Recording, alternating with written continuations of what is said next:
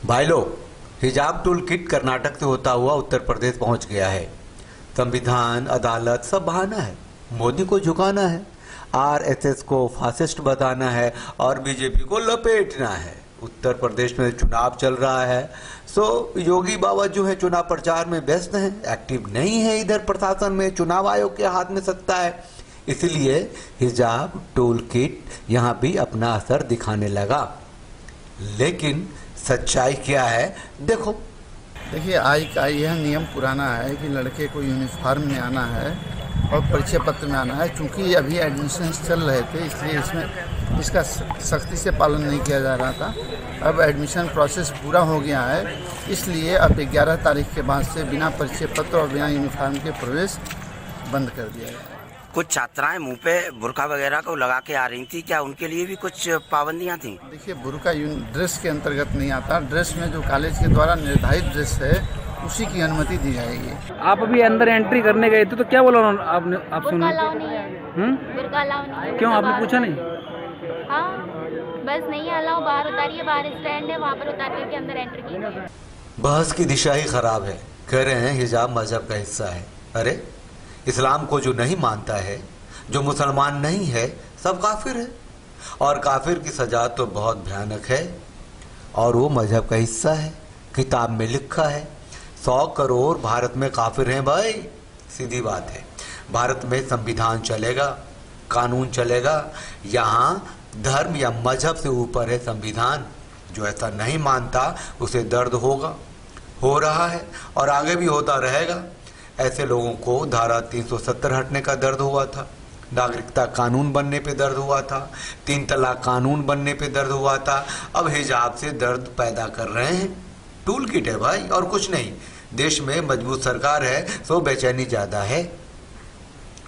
इनके धर्म के अहम हिस्से की बात करें तो हिजाब ही क्यों, हलाल खाना भी बहुत जरूरी है, 5 वक्त का नमाज भी बहुत जरूरी है।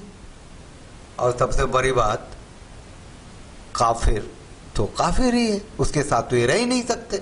इनका धर्म इजाजत ही नहीं देता। लालू जी जेल जाने से पहले हिजाब को लेकर कह दिया कि देश में सिविल वार होगा। ओ भैया, लो कर लो बात लालू जी, तो 10 कदम आगे ही रहते हैं भैया। चलो सिविल वार का सपना देखने लगे लालू जी। उनको लगा कि ये बीजेपी के विरोध में कुछ भी बोल जाएंगे, और ऐसा बोल दिया। ये बात समझिए, देश सिविल वार, मोदी जी की सरकार में सिविल वार। बिहार में नीतीश कुमार के लिए ये जो हिजाब है कोई मुद्दा ही नहीं है।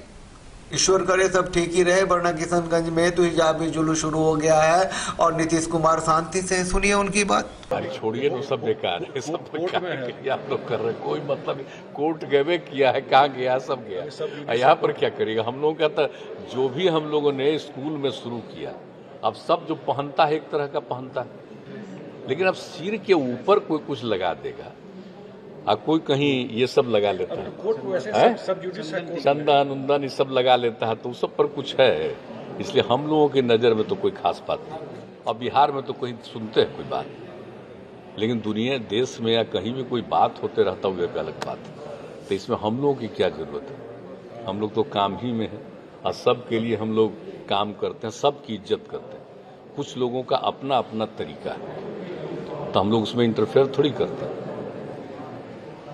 कोई मूर्ति लगाना, कोई कुछ करना, अपने अपने ढंग से पूजा करना, तो सब तो अपना अपना कर्तव्य है, तो उसमें किसी पर कुछ है। इसलिए कुछ चीज़ों पर ध्यान देने की आवश्यकता नहीं है।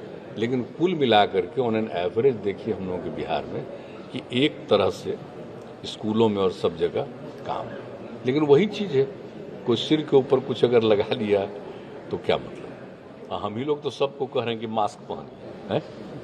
कोई का मनवा करके ऊपर का, तो उस सब चीज़ पर क्या बहस करने की जरूरत है? हम लोगों के हिसाब से ऐसा कुछ नहीं। किशनगंज में एक संस्था के जो प्रिंसिपल हैं, औरंगजेब नाम है, उन्होंने कह दिया कि हिजाब जो हमारी इस्लामिक संस्कृति है उसे हम हासिल करके रहेंगे। सरकार को चाहिए कि ऐसे असामाजिक तत्व को पकड़े, पूछे कि आप किस आधार पर हिजाब पर पाबंदी लगाना चाह रहे हैं। हिजाब हमारी संस्कृति है और संस्कृति को बचाना हमारा फंडामेंटल। अरे भैया, इस्लामिक संस्कृति का देश तो अरब है, अफगानिस्तान है, पाकिस्तान है, सीरिया है, लीबिया है, इराक है। अब भारत सनातन संस्कृति का देश है, इसे तो समझना पड़ेगा ना। सच ये है कि बंटवारे के बाद भारत जो बचा वो हिंदू देश ही बचा, सनातन की परंपरा वाला देश ही बचा। कांग्रेसियों ने धोखा दिया।